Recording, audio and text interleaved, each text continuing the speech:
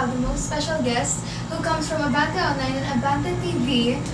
Of course, the most prettiest, the most beautifulest, Ray Pamalay! Hi, Mia! Nakakaloka naman. Hello, girl. Naku, girl, oh. Eto, this is for you. Pinag-ipunan Thank you ko so ba yan? much. Inipon-ipon ko yung film nila. Charot. Grabe. Mm. Oh my God. As pretty as you are. Pag muna natin siya. Kumusta ka naman? Okay naman po ako. Are you excited for today?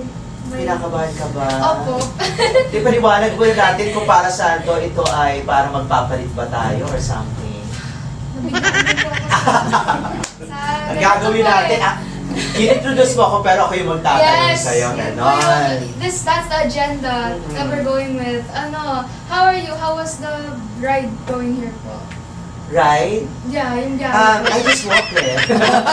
Wow! Charot lang. Nahiya ako. It's okay. Okay naman. Everything is doing well. Everything is doing fine. And I thank God for that. Tsaka maraming salamat dun sa mga nanonood ng aming show. Sa Abante Teletabloid. Lahat ng social media pages ng Abante Teletabloid, which I has a program, solo program, Abante Liling, shown every Tuesday, 9 to 10. Tuesday. Saturday and Sunday, 9 to 10 p.m. And then meron akong programa, kasama ko naman si Don Sermino. Yun yung radio program namin sa DWAR 1494. AM, meaning, gano'n. Sa Abante Liling naman, Abante Liling, gano'n. Yan po yung- Sana mag-guest ka sa amin one of I'd these love to. days. Yes po. O kasi busy din daw kayo hindi nakakapag-guest. So, dati na po ako. Alam mo, lalo yung pagiging estudyante, napakahirap dumaan tayo dyan sa totoo lang. Kaya naubos ang kilay ko, sabi na nagsusunog daw ng kilay. Habang nag-rib, sinusunog ko yung kilay. Kumusta ka naman? Kumusta naman ang career so far? Okay naman po. Masaya na may bago na po akong kanta, nakalabas na po. And honestly, since nandito po kayo, I'd really love to check out the stuff that Abante News has. Kasi di po ako masyado sa mga news and online stuff.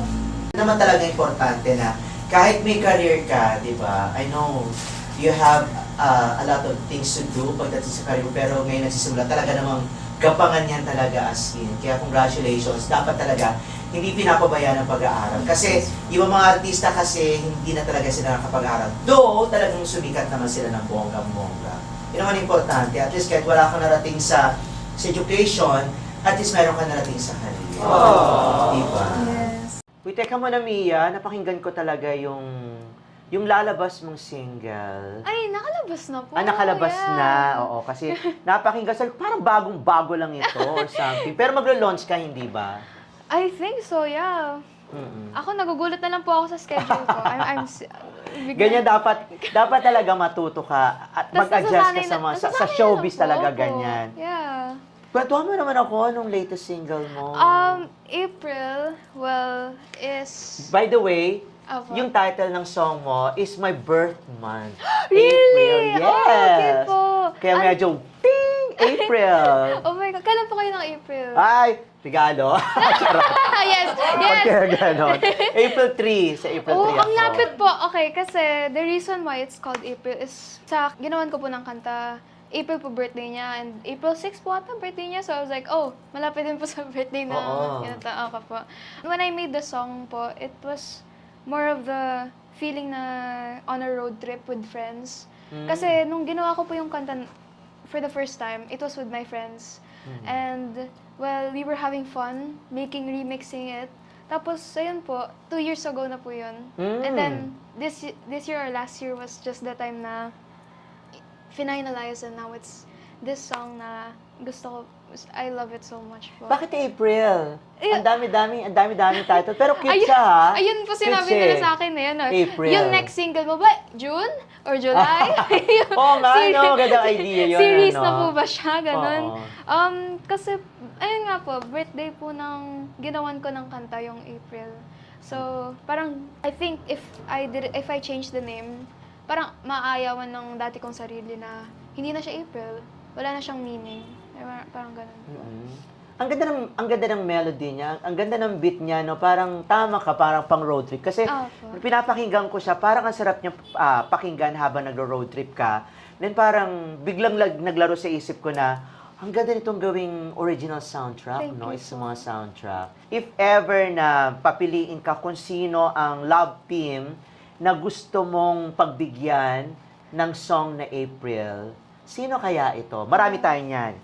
Meron tayong, of course, the 1 billion, more than a billion love team Opo. is Catherine and Alden. Tapos ngayon talagang sikat-sikat na tinatawag nilang love team, parang People's Love Team. Tama, People's Love Team. Si Kim Chiu at saka si Paula Abilino. Opo. Then we have Don Bell, Donnie Pangilinan and Bel Mariano. Tapos meron Francine Diaz at saka Seth Fidelin. And more. Tapos meron pang ang Fiang Smith at saka si JM Sila Daw or pa po. something. Ikaw, sa palagay mo, It's a hard choice. hard Kasi, choice. For me kasi, love team for this song, mas nakikita ko po talaga parang sikat na friend group. Sino? Sino pwede? Sila, yung mga nanalo po ng PBB, sila... Sina Fiang. Opo. Sina JM kasi nga millennial. Sila Kai, si Rain, opo. Oo. Ang ganda po ng friend group po nila. They're so pretty. And since like, ang lakas po ng panalo nila nung PBB, ay, yung chemistry po nila malakas. And it's so like, ayun, pang road trip talaga. Ikaw din ba, given a chance, gusto mo rin ba pumasok sa mga reality TV na ganyan? Reality show? Like yung mga ganyan, mga PBB, tapos meron pang iba, like mga talent search, mga sa abroad, kahit hindi sa Pilipinas, like The Voice, like American Idol, or ang dami niyan.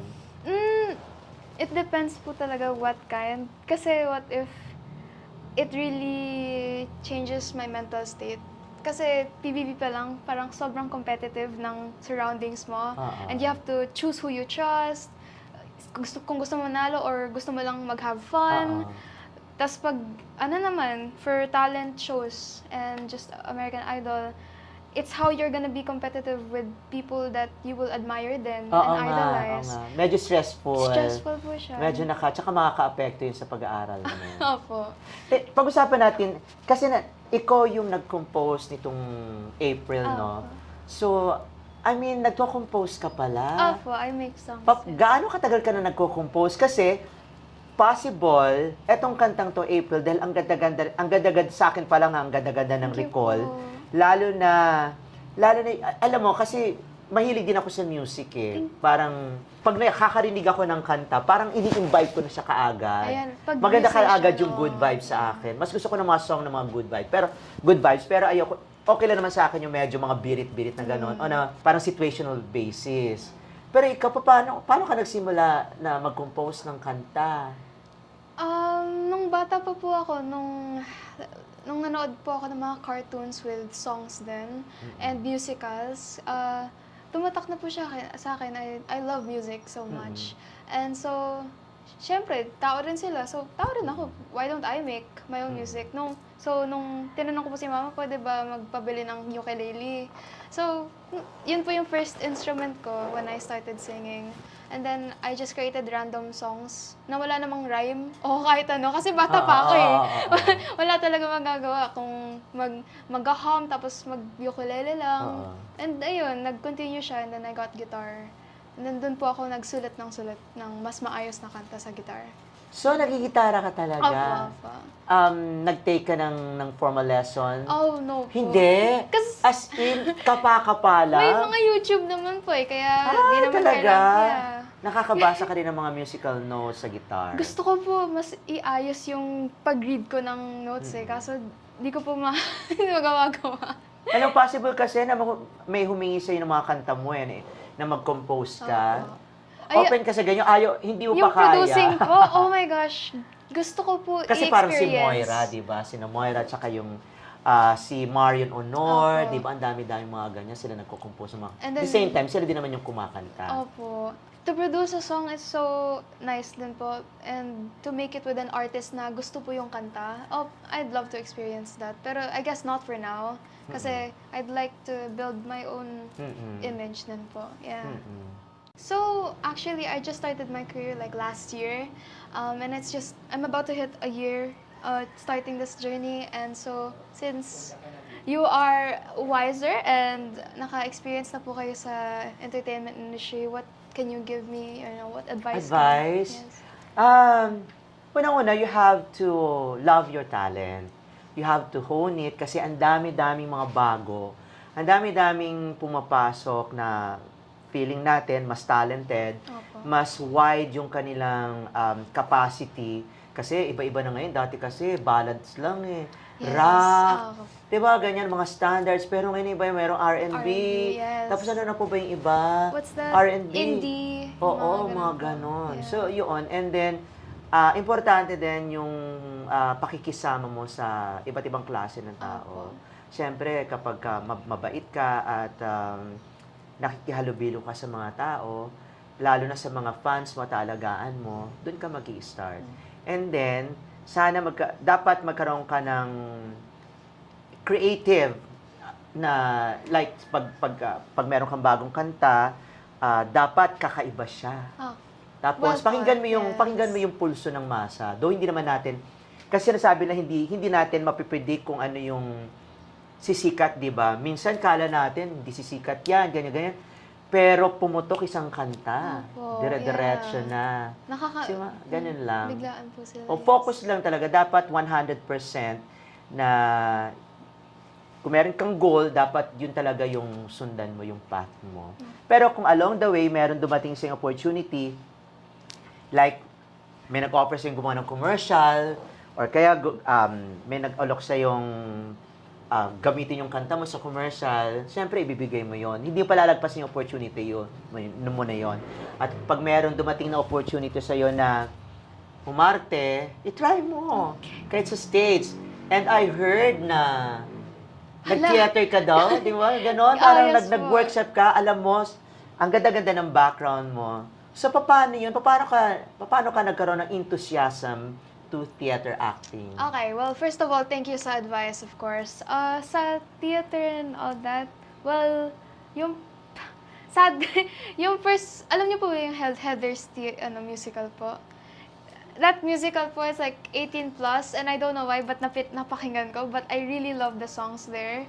And medyo realist ako, so when I meet people, inakala po nila I'm older than my age. So, nung napakinggan po yung Heathers, mas na-widen yung mind ko with theater and, well, teenage experiences. So, yung mga kanta doon, like, since may ganun nga, I researched other musicals then, Hamilton, and The Cats.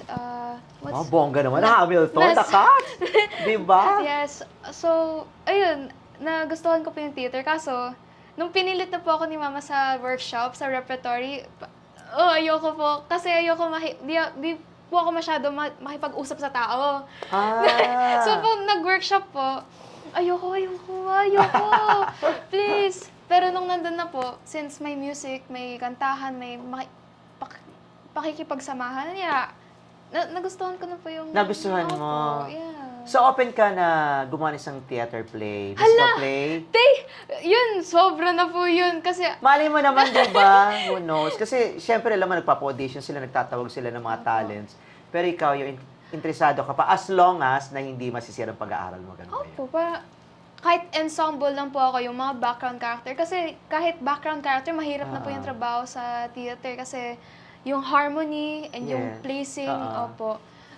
Yun, Alam mo ba, mga artista ngayon, mga artists, kumbaga, gustong-gusto nilang ma-experience ng theater kasi ang theater daw kasi is the most disciplined medium sa entertainment.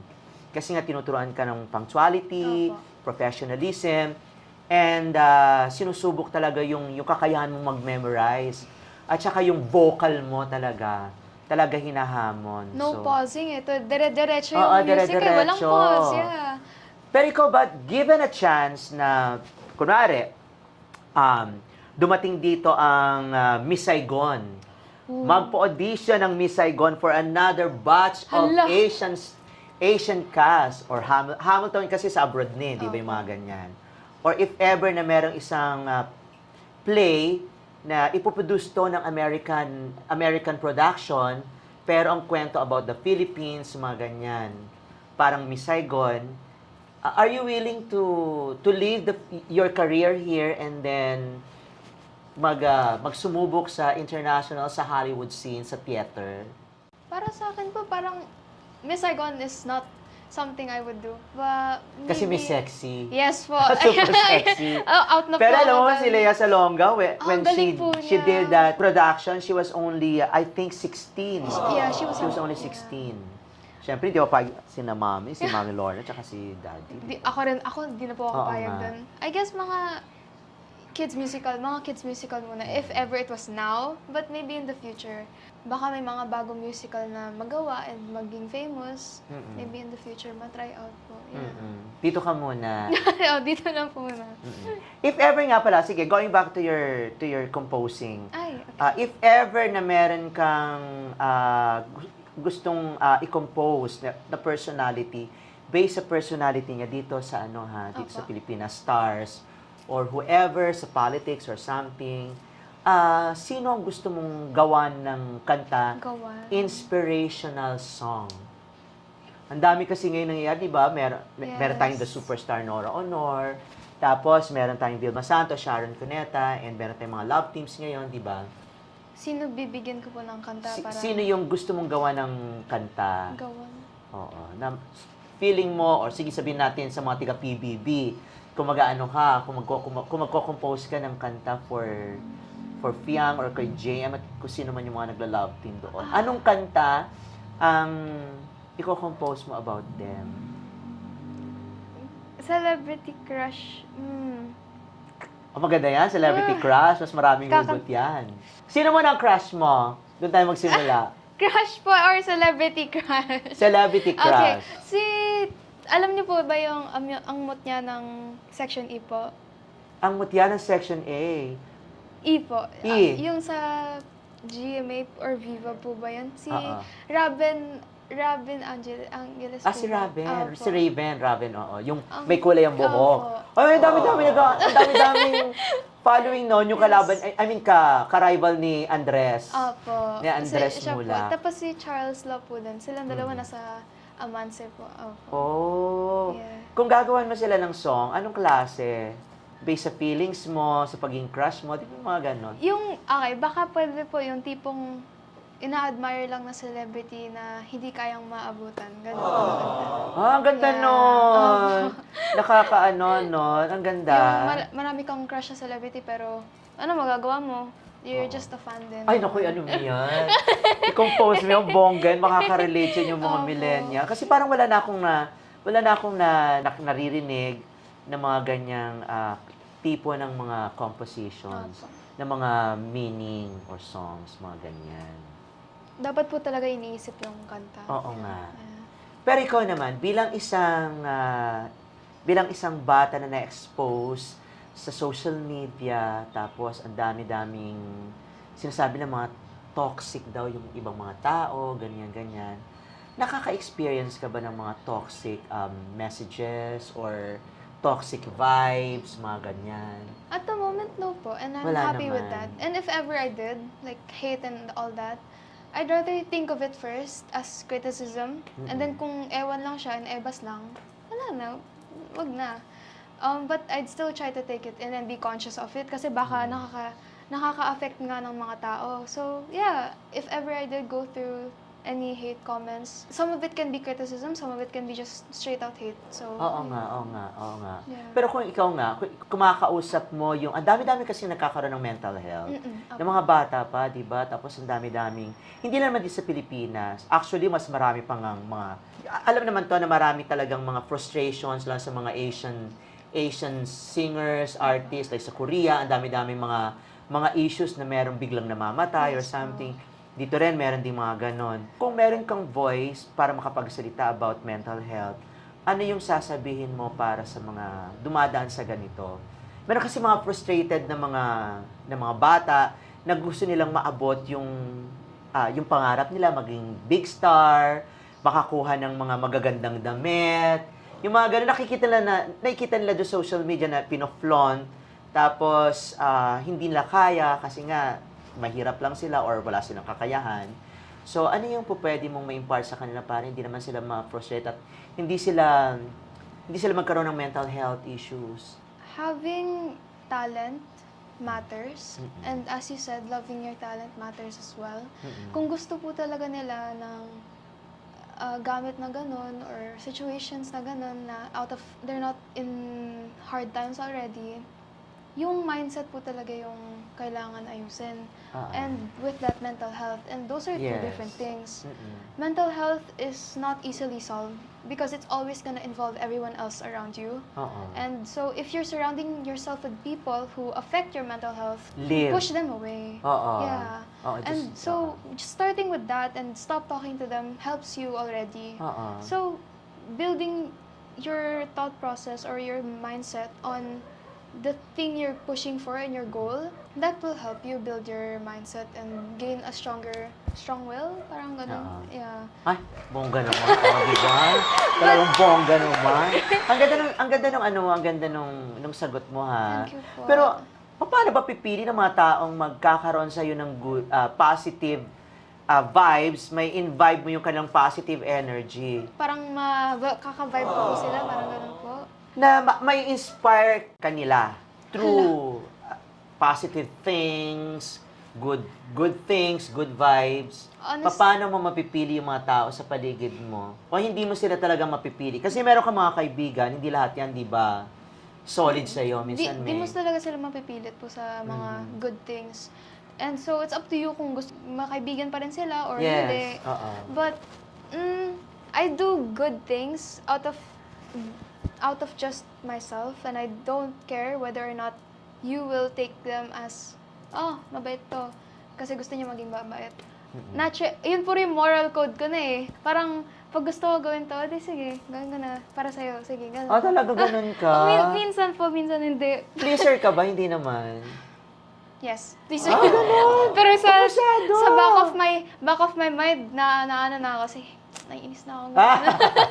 Mabait ka, pleaser. Ang bait mo naman. Di ba dapat nagde-reserve ka sa sarili mo para dapat you can say no din naman sa mga Opo. bagay-bagay. Pero syempre kung kaya, di sige. Kung kaya lang po. Oo nga. Kung no talaga, no, huwag pilitin. At saka importante din, di ba, yung solid family ties. Yes, po. Paano ka naman inalagaan ng parents? O paano ka nila nai-inspire? Kasi biruin mo, sinuportahan ka, di ba, Opo. sa hilig mo. As in, sa industry na to, hindi talaga mura. I mean, hindi cheap na It's not. suportahan ang hilig ng isang aspiring talent. Yeah, there's a lot of artists na iniwan yung pamilya just because to gain their opportunity for a career.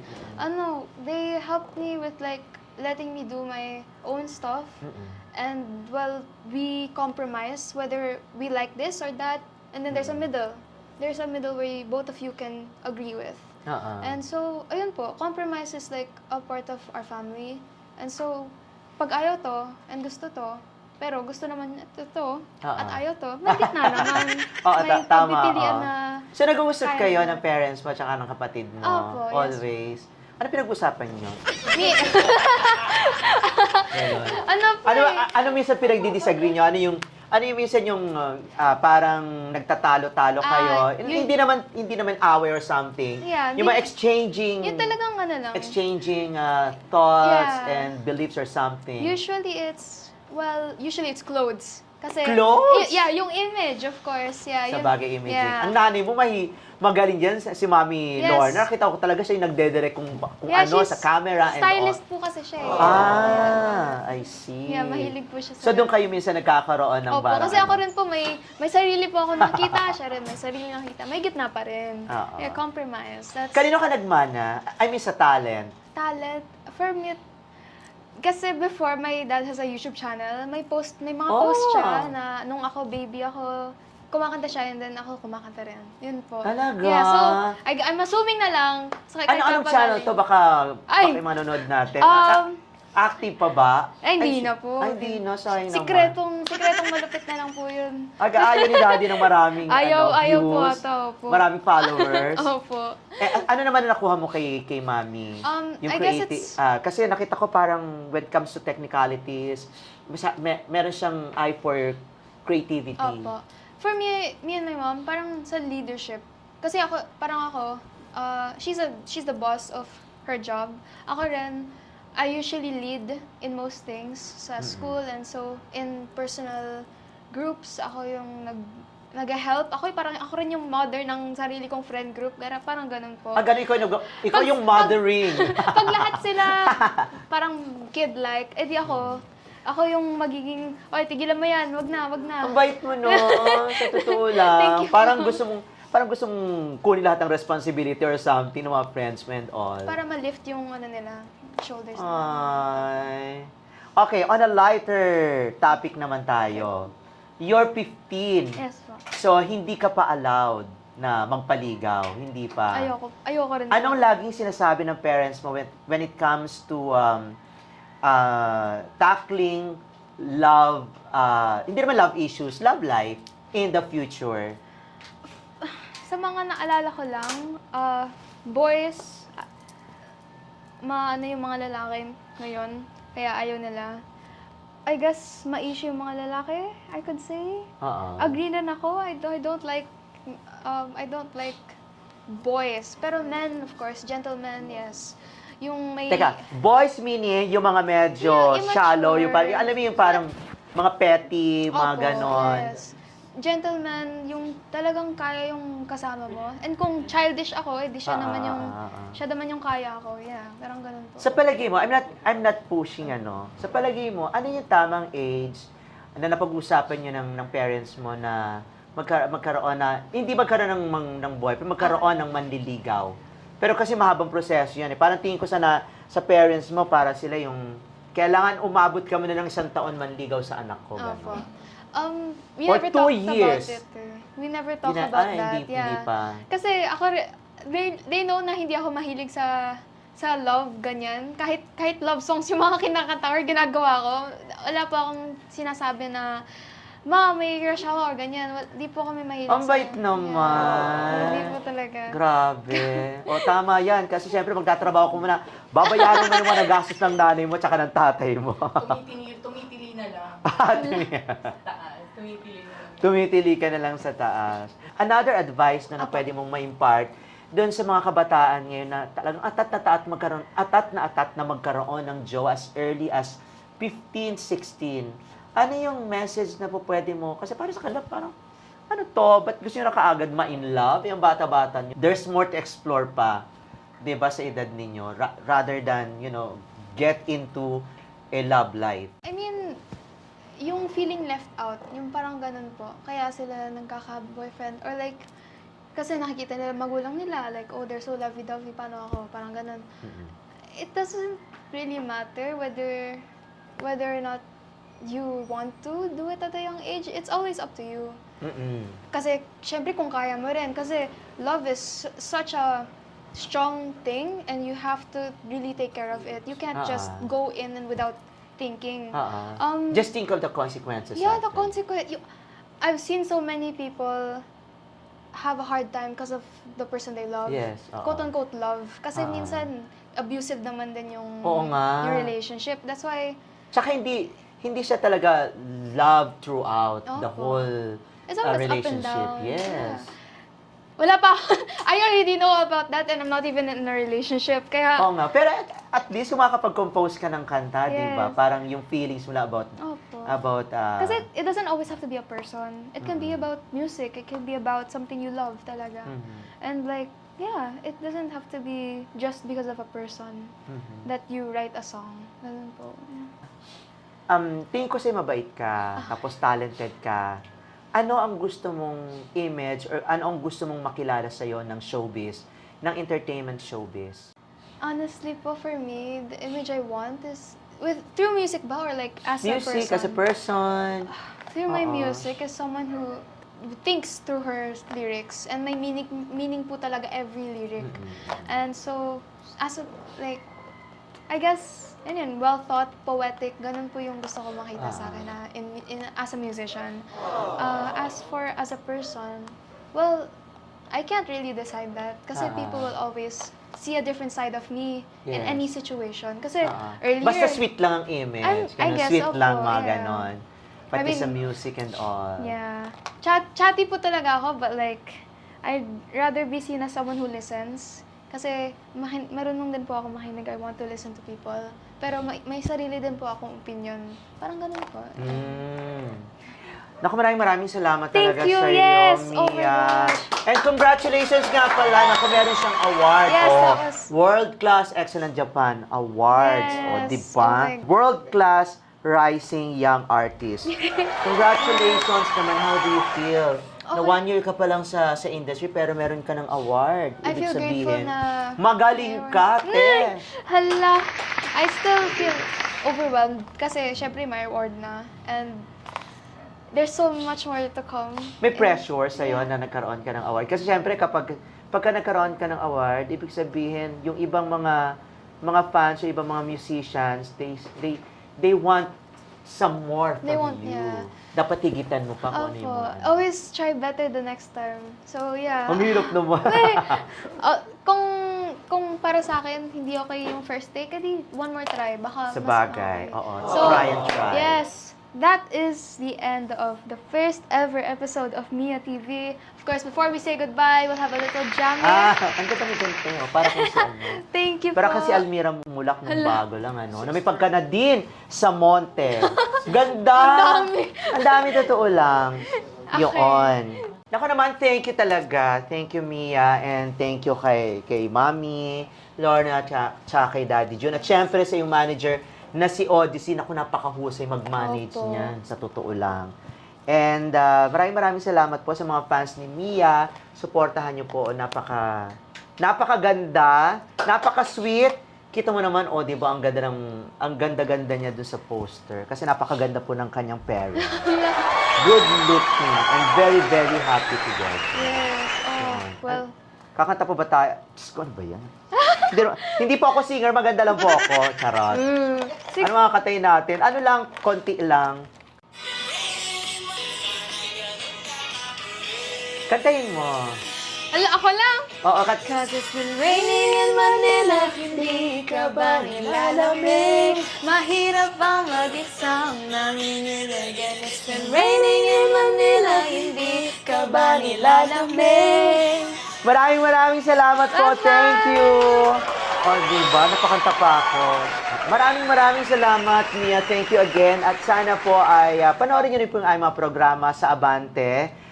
Sa Abante Teletabloid, sa Abante DWAR, Abante Radio. Doon sa aming programa, ako po meron po akong solo show every Saturday and Sunday. At yan po ay ang Abante Liling, 9 to 10 p.m. Saturday and Sunday. And everyday po sa DWAR Abante Radio with Dondon Sermino ang AE Minin. Yan po ay 2 to 3 p.m. from Monday until Friday. At kung gusto po mag-ballroom, kumakanta po ako dyan sa may Polaris Sky Lounge, sa may Show Boulevard. I-waste nyo lang po, Life Tower, LYFE, corner Jacinto Street, Show Boulevard, Mandaluyong.